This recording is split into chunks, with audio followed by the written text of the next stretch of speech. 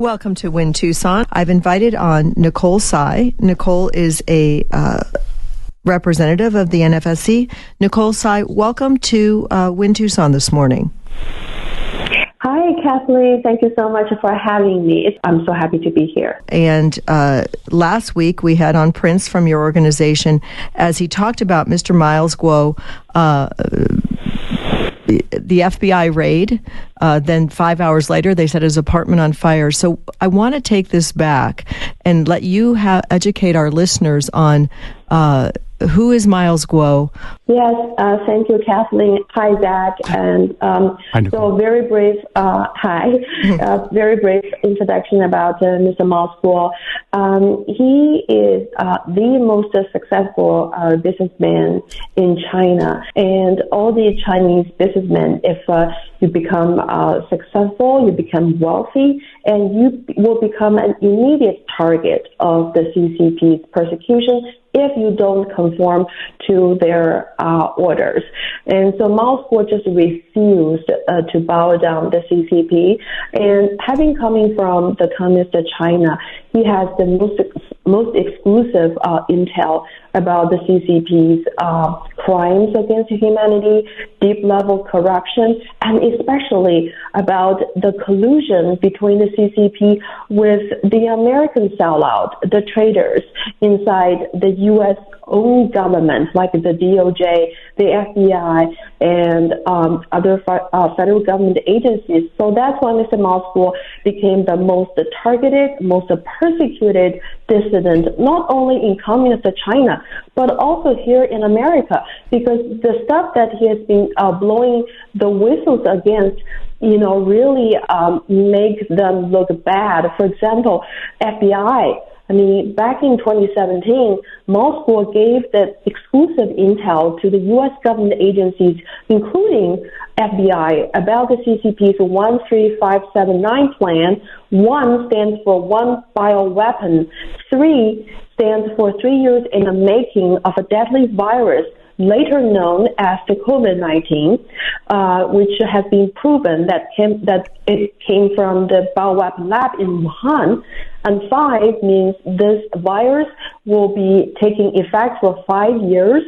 7 stands for 7 countries, that is the 5-Eye Partnership plus India and Japan. And 9 stands for that notorious vaccine mandate practiced by many countries in the free world, including America, that is 9 years in the development of a vaccine to be forced upon everybody. So Miles Guo, gave that intel, exclusive intel, to the U.S. federal government agencies back in 2017. The FBI and the federal government, the bureaucrats, they did nothing. They didn't act on this, which led to over 1 million American people's lives lost to the COVID-19. Not to mention, so many people have lost their jobs due to the vaccine mandate and the side effects that have, people have to suffer from the forced jab.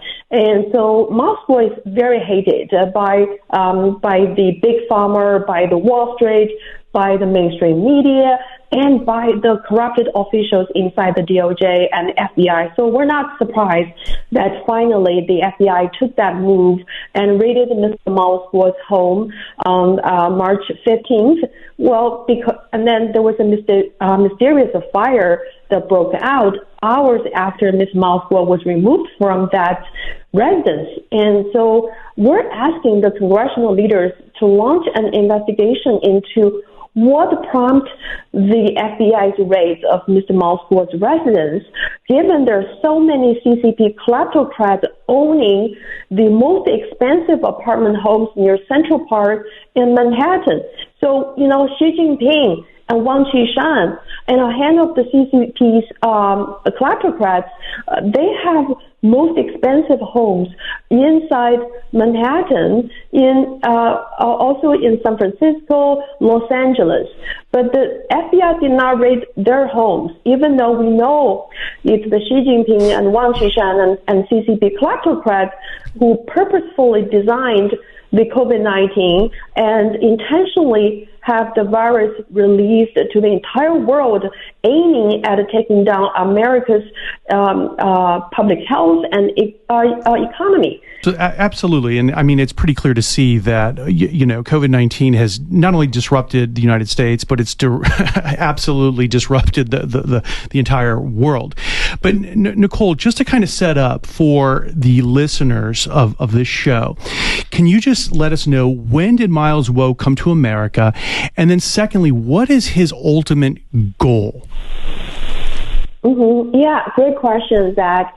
And so Mr. Miles fled communist China and came to the United States of America back in 2017.